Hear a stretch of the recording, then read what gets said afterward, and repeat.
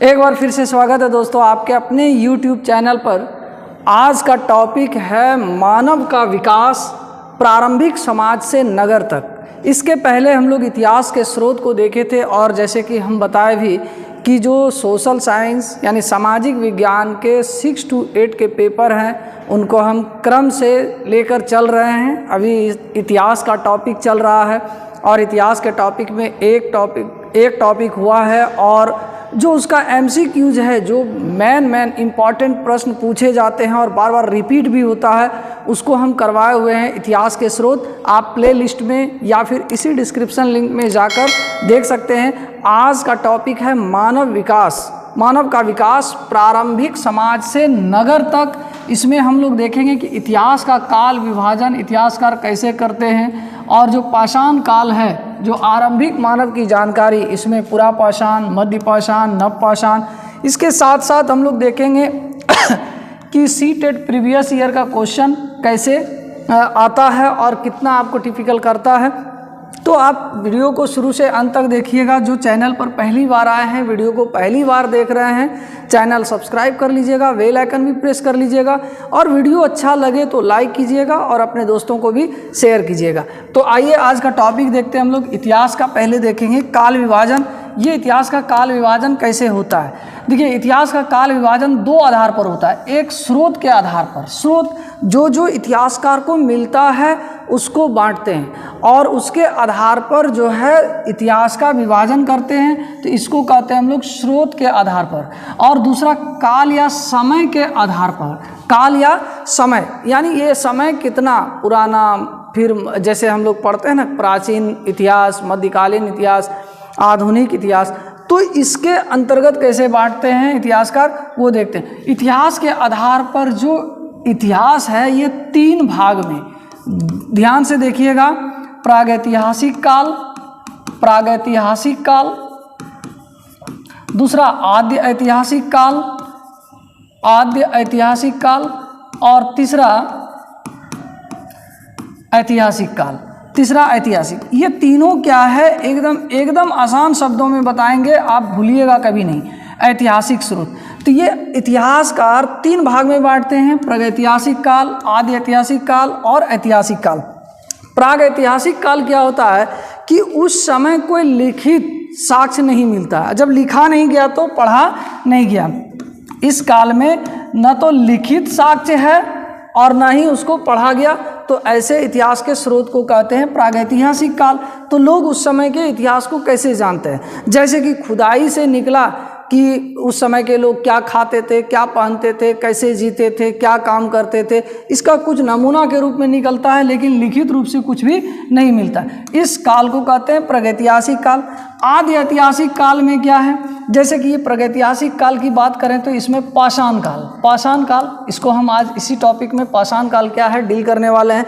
तो पाषाण काल के लोग, उसका जीवन पत्थर था। पाषाण मतलब पत्थर है। लोग जो भी रहन सहन रहते थे गुफाओं में, यानी गुफाओं में रहते थे, औजार भी पत्थर के बनाए जाते थे, उसका जीवन पत्थर के इर्द गिर्द चलता था। तो इसलिए इस काल को कहा गया पाषाण काल। कुछ चित्र वगैरह मिले हैं लेकिन लिखित साक्ष्य नहीं मिले हैं। दूसरा आदि ऐतिहासिक काल, इसमें क्या है कि लिखित साक्ष्य है लेकिन अब तक पढ़ा नहीं गया। इसमें क्या है, लिखा हुआ है, लोग उस समय के लिखते थे लेकिन पढ़ा नहीं गया, यानी पठित नहीं है। इस काल में हो गया। अब जैसे इसका उदाहरण क्या है, सिंधु घाटी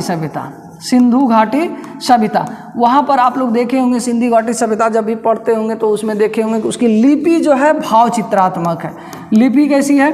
भाव चित्रात्मक है, जो अब तक पढ़ा नहीं गया है लेकिन लिखा हुआ है।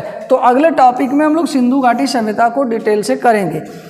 एक है ऐतिहासिक काल। ऐतिहासिक काल में क्या है कि इस समय के लिखित साक्ष्य भी हैं और उसको लोग पढ़ भी रहे हैं। जैसे कि मगध राज्य यानी मौर्य वंश, गुप्त वंश, नहीं, ये सब में क्या है कि लिखित साक्ष्य है और उसको पढ़ा भी गया।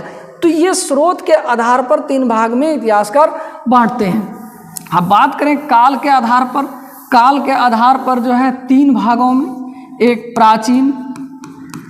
प्राचीन भारत, मध्यकालीन भारत और आधुनिक भारत और आधुनिक भारत, ये 3 भागों में बांटा गया है, प्राचीन भारत, मध्यकालीन भारत और आधुनिक भारत। तो ये 3 भागों में बांटा गया। प्राचीन भारत जो लाखों साल से लेकर हर्षवर्धन के काल 600 के बाद तक का, तो उस काल को कहा गया क्या, प्राचीन भारत। उसके बाद मध्यकालीन भारत में क्या है कि जो हर्षवर्धन के बाद के काल हैं और औरंगजेब की मृत्यु तक, औरंगजेब की मृत्यु 1707 ईस्वी में हो जाती है, वहाँ तक मध्यकालीन भारत। और आधुनिक भारत औरंगजेब की मृत्यु के बाद से लेकर स्वतंत्रता प्राप्ति तक।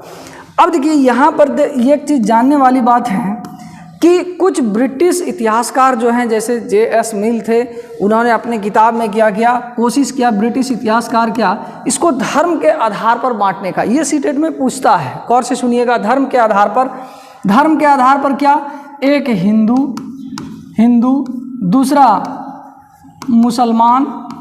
मुसलमान और तीसरा ब्रिटिश। अब देखिए ये लोग क्या करते हैं, धर्म के आधार पर बांटते हैं कि भाई जब तक मुसलमान नहीं आए थे तो उसके पहले के शासन हिंदू शासक था, तो हिंदू में बांट दिया। जब मुस्लिम लोग यहाँ शासक हो गए तो मुसलमान, और ब्रिटिश जब आए 1707 के बाद से ब्रिटिशों ने क्या किया, हथियाना शुरू कर दिया यहाँ के भूभाग को, यहाँ के क्षेत्र को, तो इसलिए वो अपने ब्रिटिश शासनकाल में शामिल कर लेते हैं, जो कि इस विभाजन का आधार क्या है, गलत है। ये आधार कोई भी इतिहासकार एक्सेप्ट नहीं करते हैं, और एक्सेप्ट कैसा करते हैं, इस तरह का। तो ये था क्या, इतिहास का काल विभाजन। अब हम लोग इस टॉपिक में जिक्र करेंगे पाषाण काल। पाषाण का अर्थ होता है पत्थर। पाषाण का अर्थ क्या होता है, पत्थर। इस महाद्वीप में यानी भारतीय उपमहाद्वीप में वैसे क्षेत्र जो आज अलग हो गया, जैसे पाकिस्तान हो गया, म्यांमार हो गया, बांग्लादेश हो गया, नेपाल हो गया, इन सभी क्षेत्रों को मिलाकर भारतीय उपमहाद्वीप कहा जाता है।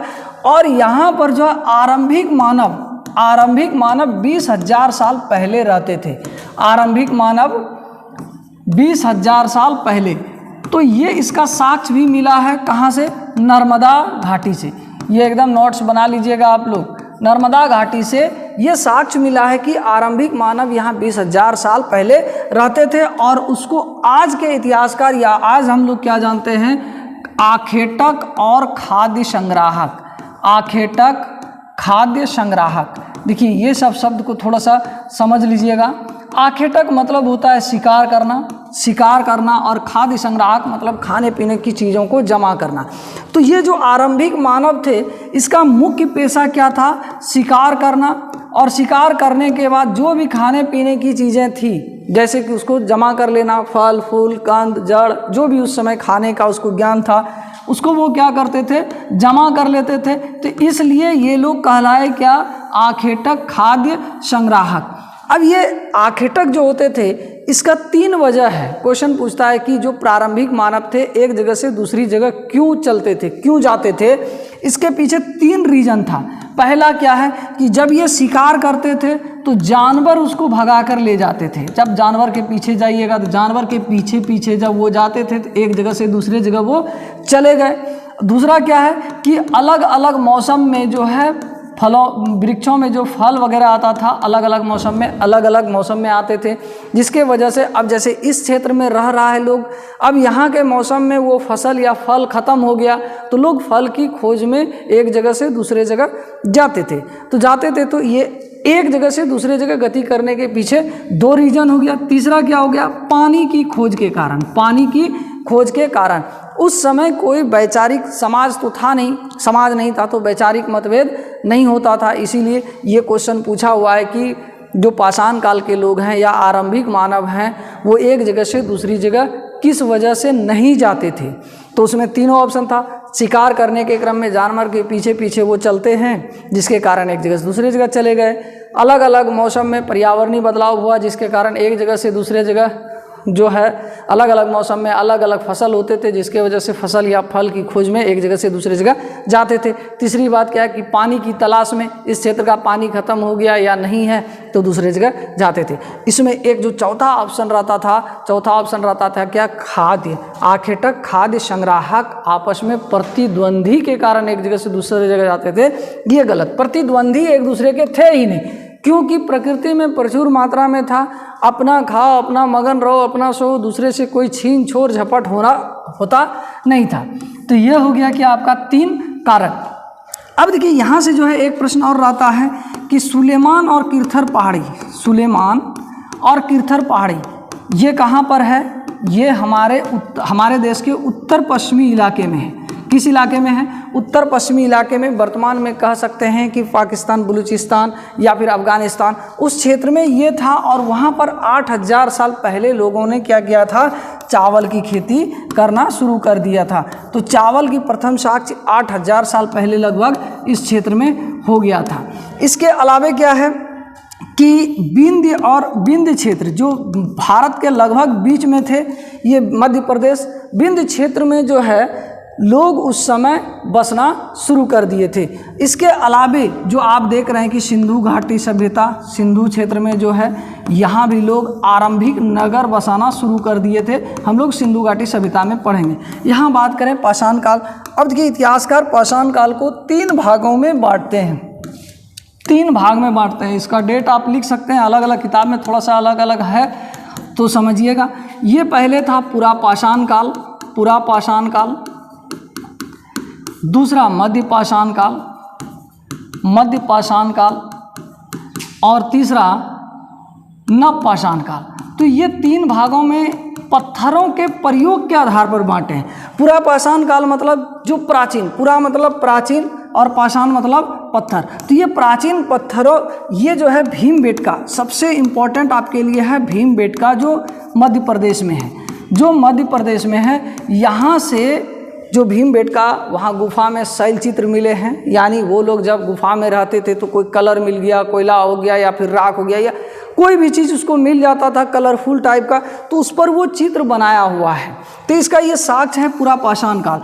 अब इसको हम लोग काल विभाजन इसका करें तो ये लगभग 20 लाख वर्ष पहले, 20 लाख वर्ष।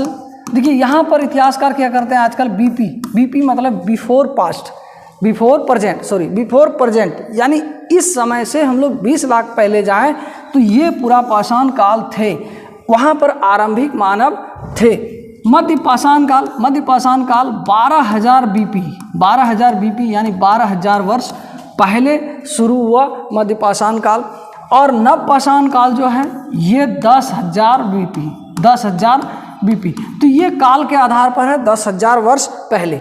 यानी अब देखिए, यानी इसको हम कह सकते हैं नव पाषाण काल कब है? 12,000 से लेकर 10,000 ईस्वी पूर्व के बीच में ये काल था। अब ये पुरा पाषाण काल को पुरा पाषाण क्यों कहा जाता था? कि इसमें पत्थरों का यूज, जैसे प्रकृति में उसको पत्थर मिलते थे वो उस तरह से यूज कर लेते थे, उसको वो तोड़ना फोड़ना या धार करना नहीं आता था पुरा पाषाण काल में। अब जैसे कि उस समय के लोगों को लगा कि हमको शिकार करना है, शिकार कर रहा है तो कोई जानवर उसको भगा रहा है, भाग रहा है, लेकिन जब वो काबू में नहीं आता था तो पत्थर गुस्सा में उठा के पटक दिया माथा पे, देखा रे भाई पत्थर से जो है ये मर रहा है, पत्थर से। तो अब वो पत्थर से उसको मारने का एक परंपरा बना लिया, जिसके कारण क्या हो गया कि पत्थर उसका औजार हो गया, पत्थर उसका औजार होने लगा। अब यहाँ बात करें थोड़ा सा कि इसके जो औजार होते थे ये पुरा पाषाण काल का, देखिए 2 शब्द है, पुरा और पाषाण से बना है।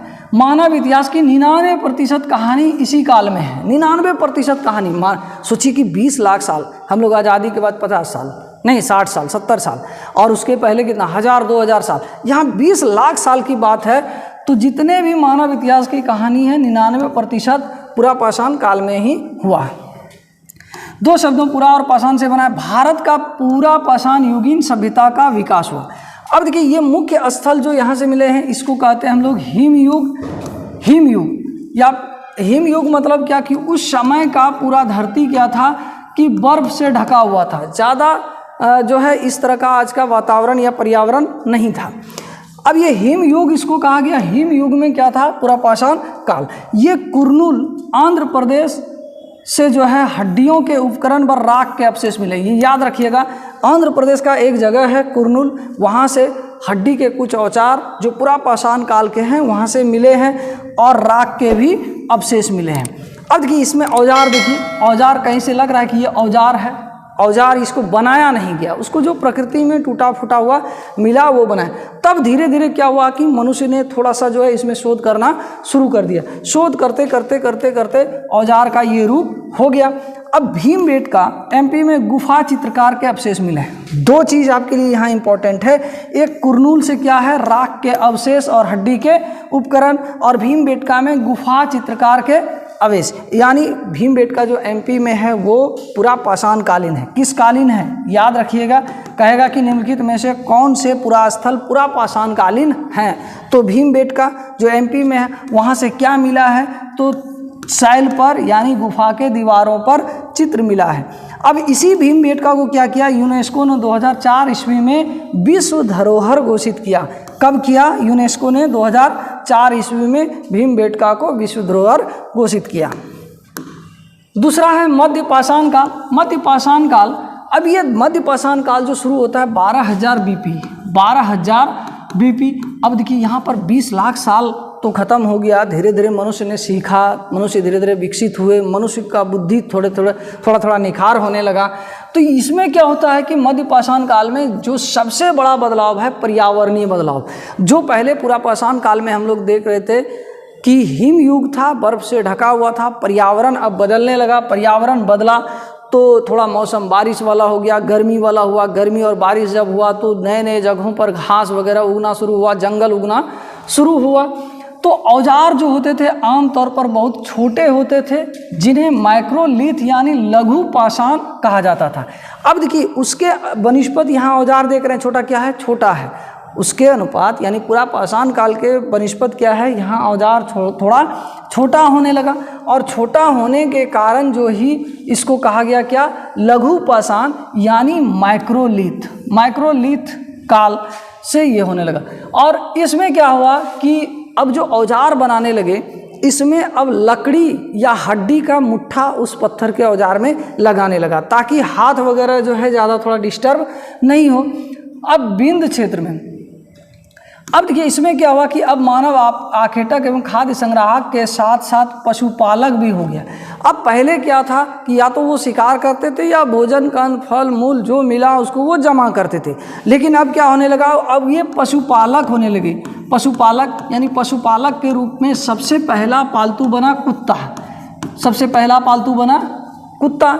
तो कुत्ते के बाद बकरी, भेड़, गधा, घोड़ा ये सब वगैरह पालतू बनाने लगा। तो ये बिंद क्षेत्र और भीमबेटका में जो है बसने की प्रक्रिया लगभग 12,000 साल पहले आरंभ हुआ। यानी बिंद क्षेत्र में थोड़ा सा यहाँ पर मिसटाइप हो गया है। बिंद क्षेत्र जो बीचों बीच में है, लगभग बिंद की पहाड़ी वहाँ पर, और भीमबेटका में लोग 12,000 साल पहले बसना शुरू हो गया। और सुलेमान तथा किरथर पहाड़ियों पर मनुष्य लगभग 8,000 वर्ष पहले गाँव में रहना आरंभ कर दिया। ये पहले भी बताया आपको। ये दोनों इंपॉर्टेंट है चूँकि ये पूछता है, इसलिए यहाँ पर हम ये लिख लिए हैं। भीमबेटका से शैल चित्रों की जानकारी मिलती। अब देखिए जो पूरा पाषाण काल में भीमबेटका रहते थे, भीमबेटका में लोग भीमबेटका की गुफाओं में रहते थे, अब उसकी बुद्धि थोड़ा प्रखर होने लगा, निखार होने लगा। तो वो बसते क्या करने लगा कि चित्र बनाने लगा। कुछ दीवार पर बच्चा की तरह घिसने लगा। घिसते क्या हुआ कि जो वो दिन भर के गतिविधि में रहता था, जैसे शिकार वगैरह करना, हिरन के पीछे भागना, तो उसमें एक चित्र जो मिला है, हिरन दौड़ रहा है और उसके पीछे शिकारी डंडा लेके पत्थर लेके भाग रहा है। ये वाला चित्रकारी है वहाँ पर। इस काल के लोगों ने गहरे लाल, हरे, उजले तथा पीले रंगों के प्रयोग को सीख लिया था। अब इस समय के लोग जो गहरे लाल होते थे, जैसे मिट्टी, लाल मिट्टी होता था, उससे गहरे हरे पेड़ पौधे के पत्तियों से हरा रंग, उजला रंग, उजली मिट्टी वगैरह से, और पीले रंग, इन सभी का प्रयोग वो करना सीख गए थे। अब देखिए ये मध्य पाषाण काल में क्या हुआ था कि इसको आग की जानकारी थी, लेकिन आग का प्रयोग करना नहीं जानते थे। आग की जानकारी कैसे, जैसे प्रकृति में कभी क्या होता था कि जंगल में आग लग जाए किसी कारणवश, या ज्वालामुखी विस्फोट हो, तो वो आग देखता था, इसके अंदर भय रहता था, डर होता था। जानकारी आग की थी, लेकिन इसका उपयोग कैसे करना है ये उसको पता अभी तक नहीं था। किस काल में? मध्य पाषाण काल में। आपको क्वेश्चन पूछ दे कि मनुष्य को आग की जानकारी किस काल में हुआ, तो मध्य पाषाण काल में आग की जानकारी हुई, लेकिन प्रयोग कब करना सीखा, तब वो नव पाषाण काल में।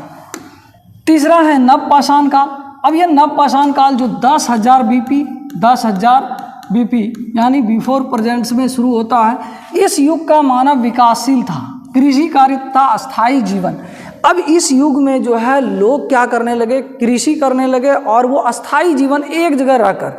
अब देखिए कि पूरा पाषाण काल में जो शिकार करने के लिए एक जगह से दूसरी जगह घूमते रहते थे, खाद्य पदार्थ को संग्रह करने के लिए एक जगह से दूसरी जगह चलते रहते थे, वही मध्य पाषाण काल में क्या होने लगा कि देखा कि भाई हम इस जानवर के पीछे भाग रहे हैं, एक काम करो इसको पकड़ के रखो। अब पकड़ के प्रकृति में देखता था कि जानवर शिशु को जन्म देता है, बच्चे को जन्म देता है, ये बच्चे बड़े होते हैं, फिर हम इसी को दौड़ाते हैं, इससे बढ़िया हम इसको पालतू बना लेंगे तो क्या होगा, ये हमारे पास रहेगा तो जब ये बड़ा हो जाएगा तो खाना है खा लेंगे, दूध वगैरह का यूज करना है उसको ले लेंगे।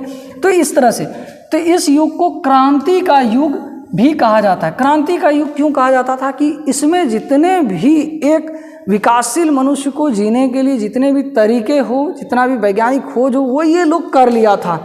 जैसे कि अग्नि का उपयोग। अब देखें कि जो मध्य पाषाण काल था वहाँ अग्नि की जानकारी थी, लेकिन अग्नि का प्रयोग वो करना नहीं जानते थे, उपयोग कैसे होता नहीं जानता था।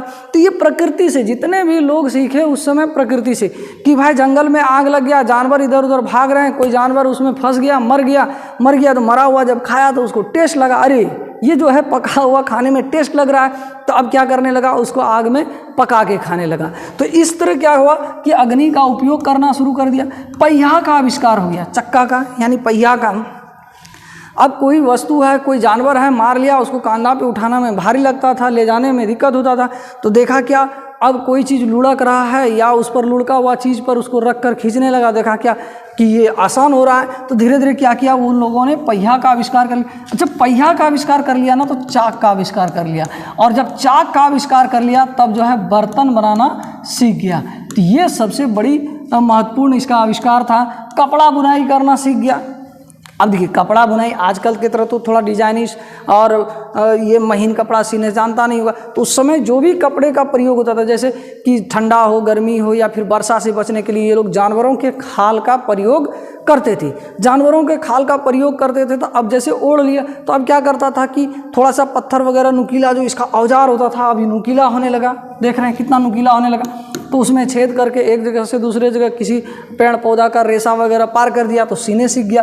तो यहाँ पर कपड़ा बुनाई सीख गया, भोजन पकाना सीख गया। अस्थाई जीवन जीने के लिए आपको क्या चाहिए कृषि, तो वो कृषि करना सीख गया था। तो अब देखा कि यहाँ पर जिस कंद फल मूल को हम खोजने के लिए एक जगह से दूसरी जगह जा रहे हैं, यदि हम एक जगह पर इकट्ठे उपजाएं तो क्या होगा कि हम फसल तोड़कर जमा करने लगेंगे, संग्रह करने लगेंगे, और फिर हम उसको खोजने के लिए एक जगह से दूसरी जगह नहीं जाएंगे। तो ये सोचकर ये लोग क्या करने लगे, अस्थाई जीवन जीने लगे, कृषि का विकास हो गया। नाव का निर्माण सबसे बड़ा जो है कि जल यातायात का ये लोग विकास कर लिए थे। जैसे कि देखिए अब हम लोग भी थोड़ा बचपन में याद कीजिए कि जब नदी वगैरह में नहाने जाते थे तो केला का थंब हो या फिर मोटा लकड़ी वगैरह होता था तो उस पर बैठकर हम लोग आगे पीछे करते थे। तो उस समय के लोगों को नाव का विकास था नहीं। जब ये लोग नदी में उतरते थे तो देखा कि भाई कोई चीज़ लुढ़कते हुए या गिरते हुए, लकड़ी वगैरह का मोटा लट्ठा जो है पानी में तैर रहा, उस पर खेल खेल में आगे बढ़ने लगा। आगे जब बढ़ने लगा तो इससे धीरे धीरे क्या करने लगा, ये लोग नाव का विकास कर लिया, नाव का निर्माण कर लिया। और पहला नाव कहलाया इसका राफ्ट। राफ्ट क्या होता था कि जैसे ये बांस है, बांस को बांस में इस तरह करके जोड़ जोड़ के राफ्ट बनाया। नहीं, जो देखे होंगे आप लोग एक पिक्चर, एक सीरियल वगैरह जो अलिफ लैला वगैरह देता है, या फिर अफलातून क्या कहते हैं जो उड़ता है चटाई पर, उस टाइप का। तो वो राफ्ट का आविष्कार किया, जो नाव कहलाया उसका। ग्रामीण संकल्पना, अब लोग क्या करने लगे, एक जगह पर बसने लगे और गांव के रूप में वो फलाना घर में, ये चिलाना घर में, इस तरह बसने लगे। इस समय के जो मुख्य औजार थे, पॉलिश किए हुए पत्थर के छोटे व नुकीले औजार होते थे। अब पत्थर से वो लोग औजार को नुकीला करने लगा और उस पर पॉलिश मतलब क्या, यहाँ धार करना। तो अब वो पिजाने लगे, धार करने लगे, जिससे क्या हुआ कि उसके लिए कोई भी शिकारी को मारना, यानी शिकार को मारना आसान हो गया। पत्थर की कुल्हाड़ी, हड्डी के औजार, अब जो जानवर वगैरह जैसे कि हिरन का सींग वगैरह हो गया, या फिर बारहसिंगा का सींग वगैरह हो गया, या हाथी का दांत हो गया, इन सभी से अब औजार बनाने लगे, जिसमें उसका उपयोग करते थे जस्पर, चर्ट एवं फ्लिंट धातु से निर्मित होते थे, जो कि एकदम पैनिक होते थे, धारदार होते थे इस काल में। किस काल में? नवपाषाण काल में। अब देखिए मनुष्य कितना धीरे धीरे विकसित हो गया नवपाषाण काल में। अब देखिए नवपाषाण काल में जो इतिहासकार हैं कई पुरास्थल खोजे हुए हैं, कहीं पर जो उत्खनन से प्राप्त हुआ है। पहला है मेहरगढ़।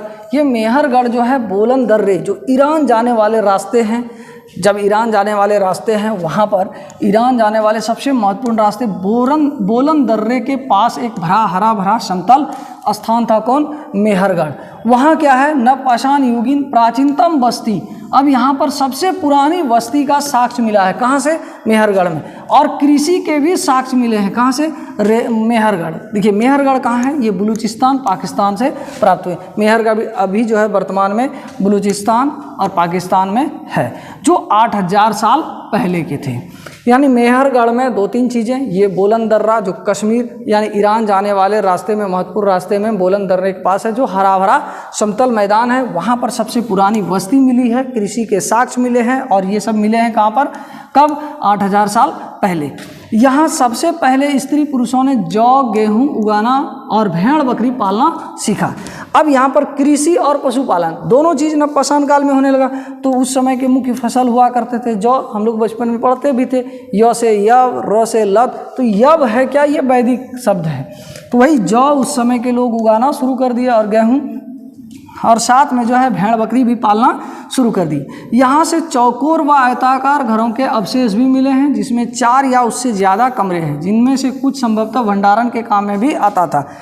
अब इस मेहरगढ़ में जो है आयताकार चकोर घर मिला है, जिसमें 4-5 कमरा रहता है। अब ये 4-5 कमरे हैं तो कुछ लोग कहते हैं कि ये तो खाने पीने रहने के लिए तो करते ही थे, इसके अलावे जब खेती करते हैं तो इसी कमरे का यूज क्या करता था? भंडारण के लिए, गोदाम के लिए यूज करता था। यहाँ के कब्रों में मृतकों के साथ कुछ सामान भी रखे जाते थे। अब देखिए जो मेहरगढ़ में है एक कब्र मिला है, उस कब्र में क्या है कि जो मरे हुए हैं उसको दफना दिया गया है और उसके साथ कुछ सामान है, जैसे खाने पीने का सामान, कुछ पहनने उनने का सामान वो है। उसके अलावे जो उसका पालतू जानवर है वो भी उस कब्र में मिला है। इसी तरह एक कब्र में जो है एक मृतक के साथ एक बकरी भी दफनाया गया था। अब ये दफनाने का कारण, दफना के बकरी देने का क्या कारण था कि उस समय के लोग सोचते होंगे कि मरने के बाद भी ये लोग कुछ ना कुछ खाते पीते होंगे, इसीलिए खाने पीने की चीज़ों को क्या करते थे? साथ में दे देते थे। वही परंपरा हम लोग भी लेते हैं आज। यदि दफनाते हैं या उसका कोई जुड़ा हुआ चीज़ रहता है हम लोग दे देते हैं, बहा देते हैं। अब क्या है कि अब ये चीज़ जानते हैं कि वो खाएंगे नहीं, लेकिन इसलिए भी देते हैं, उनके मरे हुए लोग जो होते हैं उनमें श्रद्धा नहीं रहता उनके चीज़ों में, इस वजह से लोग दे देते हैं। तो ये मेहरगढ़ में क्वेश्चन पूछेगा क्या कि एक कब्र में मृतक के साथ एक बकरी को दफनाया गया, साक्ष्य कहाँ मिला है? तो मेहरगढ़, याद रखिएगा मेहरगढ़। दूसरा है बुर्जहोम। ये बुर्जहोम जो है अभी वर्तमान में कश्मीर में है। अब यहाँ पर मेन चीज़ क्या है? एक गर्तवास। क्या है? गर्तवास मिला है इतिहासकार को। गर्त मतलब गड्ढा, वास मतलब बसना। तो उस समय जो बसते थे लोग गड्ढों में बसते थे, गड्ढों में घर बनाते थे। इसके पीछे रीज़न क्या होता था कि कहीं आसपास गड्ढा है उसमें घुस गया, ऊपर से क्या कर दिया, कोई चीज़ रख दिया। कारण कि वो गड्ढे में रहने से जैसे ठंडा हवा हो, बारिश हो, धूप हो, उन सभी चीज़ों से उसकी रक्षा होती थी, तो वो बच जाते थे। तो इसलिए उसको कहा गया क्या? इतिहासकार, गड्ढा में घर होने के कारण गर्तवास। यहाँ झोपड़ियों के अंदर और बाहर दोनों स्थानों पर आग जलाने का साक्ष्य मिला है। ये बहुत इंपॉर्टेंट है, ये पूछा हुआ है जब हम MCQs करेंगे प्रीवियस ईयर का। तो ये सब टॉपिक हम पहले भी बोल रहे हैं तो समझ जाइए कि वो पूछा हुआ है। यहाँ पर क्या है बुर्जहोम में कि अंदर और बाहर दोनों स्थानों पर आग जलाने के। अब घर है, ये घर है, घर के अंदर भी आग जला हुआ है और बाहर भी। अब अनुमान लगाइए आप, इतिहासकार को छोड़ दीजिए कि वो क्या अनुमान लगा रहा है, आप अनुमान लगाइए कि दोनों जगह आग क्यों लगा हुआ है। 2 कारण से कि लोग अलग अलग मौसम में खाना अलग अलग जगह पे बनाते होंगे। नहीं, बारिश का दिन आ गया हुआ है तो घर में खाना बनाता होगा। अब बैसाख महीना, चैत महीना का गर्मी का दिन है, बाहर में बनाता होगा। तो दोनों जगह राख मिलने का कारण क्या है कि लोग अलग अलग मौसम में अलग अलग जगहों पर खाना बनाते होंगे, तो इसलिए दोनों जगहों पर आग है। तो यहाँ से क्वेश्चन पूछा हुआ है क्या कि बुर्जहोम के बारे में कौन सा कथन गलत है। यहाँ सिर्फ घर के अंदर आग जले हुए हैं, यहाँ सिर्फ बाहर जले हुए हैं, अंदर और बाहर दोनों जगह पर जले हुए हैं, ऐसे सवाल ही है। इस युग में काला धूसर तथा मृद भांड का उपयोग करते थे जो बुर्जुहम से मिला। इस समय लोग देखिए कि नवपाषाण काल में चाक का आविष्कार हो गया, आग का प्रयोग सीख गया। तो अब चाक से क्या करते थे कि कोई बर्तन, मृदु भांड मतलब क्या, मिट्टी का बर्तन, मिट्टी का बर्तन। अब चाक से बर्तन वगैरह बनाया, जो भी जैसा भी बनाया उसको आग में पका दिया, पका देने के बाद वो हो गया क्या, उसका पक्का बर्तन। तो इस तरह यहाँ से मिला है पहली बार, कहाँ से, काला धूसर तथा मृद भांड का उपयोग बुर्जुहम से मिला है। एक है दाउजली हेडिंग, ये बहुत इंपॉर्टेंट है। दाउजली हेडिंग, दाउजली हेडिंग जो है ये चीन और ब्रह्मपुत्रा जो है, चीन और म्यांमार की ओर जाने वाले रास्ते में ब्रह्मपुत्रा की घाटी में एक पहाड़ी पर है। कहाँ पर है, एक पहाड़ी पर है। ये अलग अलग जगहों पर अलग अलग मिलेगा। आपको यहाँ असम मिल रहा है, कहीं पर आपको मेघालय मिलेगा, तो इसको मेघालय ही मान लीजिएगा, मेघालय ही रियल में है। चीन और म्यांमार की ओर जाने वाले रास्ते में ब्रह्मपुत्रा की घाटी में है ये। अब वहाँ क्या है कि यहाँ खरल और मूसल, दो तीन चीज़ मिला, तीन चीज़, एक खरल और मूसल। खरल और मूसल शायद आप लोग नहीं सुने होंगे नाम, उखरी समाट नहीं, ब्याह शादी में तो धान कूटते हैं, एक रस्म निभाते हैं, उखर समाट बोलते हैं, अलग अलग क्षेत्र में अलग अलग नाम से बोलते हैं। तो हम यहाँ बोल रहे हैं क्या, खरल और मूसल मिला है। और ये खरल मूसल किससे बना हुआ है, पत्थर से। इसके अलावे पत्थर के उपकरण भी मिले हैं। यहाँ से जेडाइट पत्थर, ये जेडाइट पत्थर एक पत्थर का टाइप है जो चीन से मंगाते थे लोग औजार वगैरह बनाने के लिए। कौन सा पत्थर, जेडाइट पत्थर। और काष्ठास्म के औजार, काष्ठास्म क्या होता है कि आप जब कभी भी जाइएगा म्यूजियम वगैरह तो वहाँ आपको काष्ठास्म देखने को मिल जाएगा।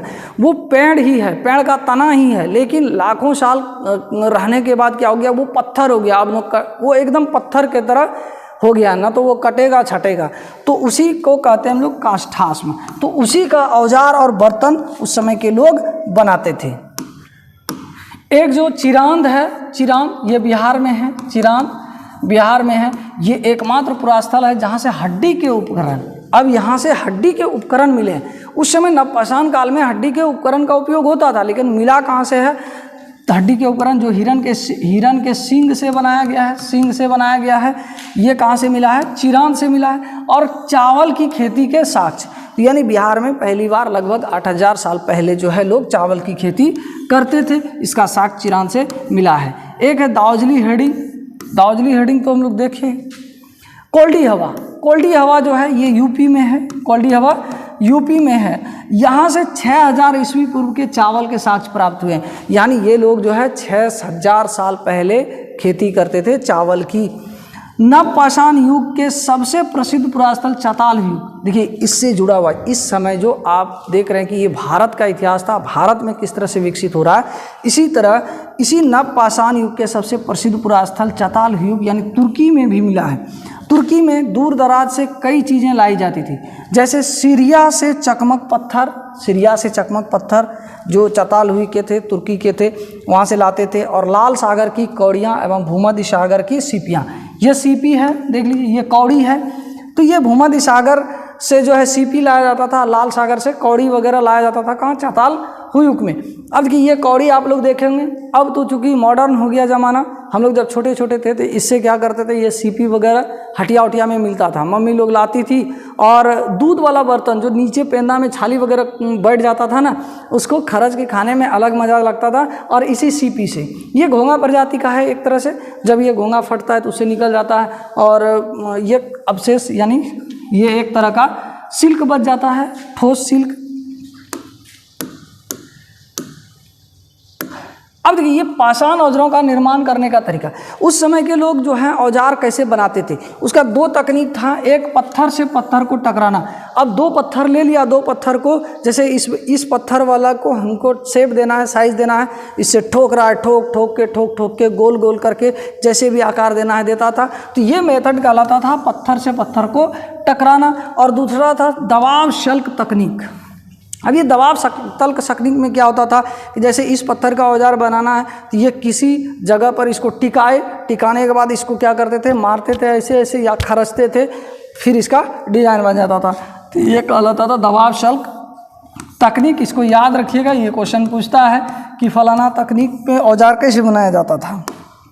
अब देखिए यहाँ पूरा पाषाणिक कुछ प्रस्थल है, आप इसको नोट कर सकते हैं, हम एक जगह पर किए हुए हैं। कुरनूल गुफा अभी बताए थे कि यहाँ से क्या मिला है, राख के अवशेष मिले हैं।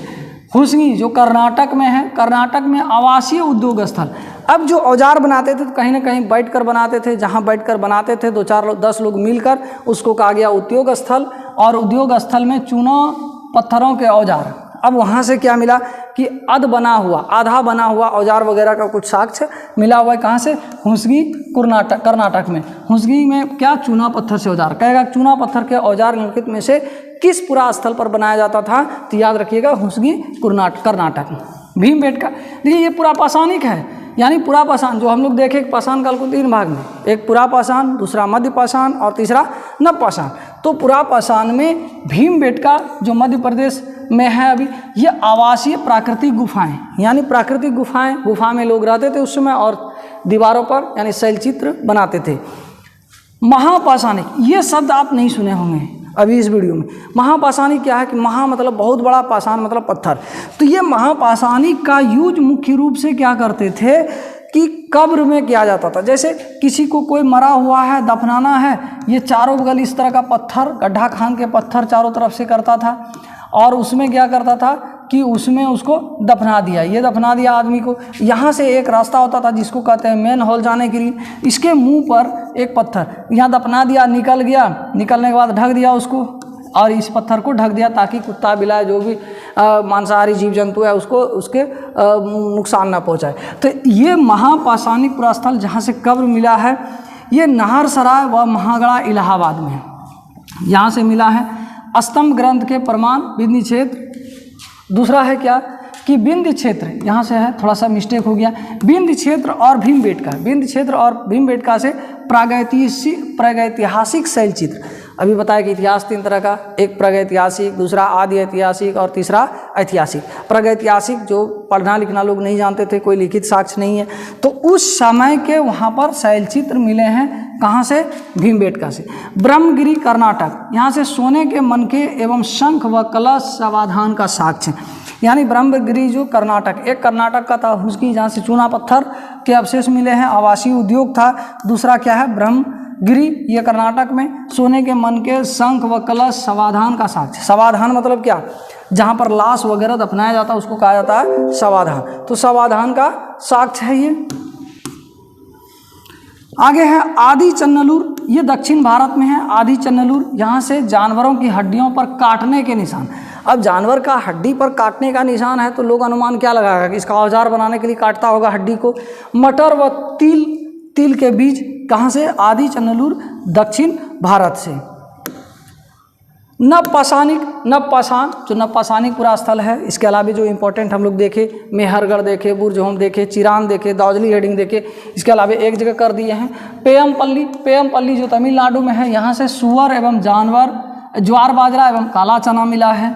कोल्डी हवा जो यूपी में है, चावल, जानवरों की हड्डी के टुकड़े मिले हैं। महागढ़ा यानी उत्तर प्रदेश में, चावल, मवेशी, मिट्टी के खुर का निशान, मिट्टी पर खुर का निशान किस पुरा स्थल से मिला है, महागढ़ा से। ये कहाँ कब का है, नवपाषाणिक है। दाउजली हेडिंग मेघालय, ये वाला जो बता रहे थे, ये मेघालय वाला दाउजली हेडिंग, उसमें असम लिखा गया था, तो ये मेघालय ही है, सॉलिड याद रखिएगा, मेघालय। यहाँ से खरल मुसल, जेडाइट पत्थर व काष्ठाश्म। चिरांद यानी बिहार से हरा चना, हिरन के सींग से बने उपकरण। इसके अलावा यहाँ से चावल के भी साक्ष्य मिले हैं खेती करने के। बुर्जहोम व गुफकराल, ये दोनों कश्मीर में हैं। यहाँ से गर्तावास और मृदुभांड मिला है। मृदुभांड मतलब मिट्टी के बर्तन। आरंभिक गांव, अब हम लोग देखें कि जो मनुष्य पाषाण काल में, पुरा पाषाण काल में वो आखेटक थे, खाद्य संग्राहक थे, धीरे धीरे क्या होने लगे, वो पशुपालक हो गए। पशुपालक होने के बाद वो कृषक हो गए, किसान करने लगे। तो लोगों में क्या करने लगे, अस्थाई जीवन नवपाषाण काल के बाद, नवपाषाण काल में शुरू हो जाता है अस्थाई वास करने का। और उसी में आरंभिक गांव जो है ये इनाम गांव है। यहाँ पर क्या होता है कि यहाँ पर एक महापाषाणिक कब्र मिला है। ये याद रखिएगा, इनाम गांव में महापाषाणिक कब्र मिला है, यानी बड़े बड़े पत्थर वाला जो बताए थे। यहाँ पर उसका सिर उत्तर की ओर और पैर जो है दक्षिण की ओर करके दफनाया गया है, उत्तर की ओर पैर। और अभी भी जो दफनाया जाता है उत्तर की ओर, उत्तर की ओर सिर करके दफनाया जाता है। इनाम गांव में महापाषाणी कब्र, सिर उत्तर से दक्षिण की ओर करके। पाषाण काल में आवासीय उद्योग स्थल भी मिले हैं यहाँ से। पाषाण काल का जो है उद्योग स्थल भी मिला है। अब देखिए यहाँ से एक इम्पॉर्टेंट क्या है कि ये पूछा हुआ है कि उस समय के लोगों को शुतुरमुर्ग की जानकारी थी, पक्षी भी शुतुरमुर्ग होते थे उस समय। या ये साक्ष्य कहाँ से मिला है? पटने का एक स्थल है महाराष्ट्र में, पुरास्थल, पटने पुरास्थल। वहाँ शुतुरमुर्ग के अंडों के अवशेष मिले हैं और उनके छिलके पर क्या किया गया? पेंटिंग्स किया गया है, चित्रांकन किया गया है। इन अंडों से मनके भी बनाए जाते थे। तो यहाँ ये कहाँ मिला है? 2 जगह पर मिला है शुतुरमुर्ग का साक्ष्य, एक महाराष्ट्र और दूसरा दक्षिण यूपी से, दक्षिण उत्तर प्रदेश में। ये क्वेश्चन भी आया था कि शुतुरमुर्ग की जानकारी पाषाण काल में कहाँ से खुदाई के बाद पता चलता है? तो एक जो है आपका यही पटने महाराष्ट्र से और दूसरा कहाँ? उत्तर प्रदेश से। तो ये था मानव का विकास प्रारंभिक समाज से नगर तक का। इसके बाद हम सिंधु घाटी सभ्यता का वीडियो तो बनाएंगे। इसके पहले क्या करेंगे, एक ऑब्जेक्टिव, इसका जो प्रीवियस ईयर पूछा गया है वो इसके बाद वाला वीडियो में हम डाल देंगे। तो उम्मीद करते हैं ये वीडियो आपको समझ में आ गया होगा, आपके लिए उपयोगी हो। मिलते हैं अगले वीडियो में, तब तक के लिए जय हिंद, जय भारत।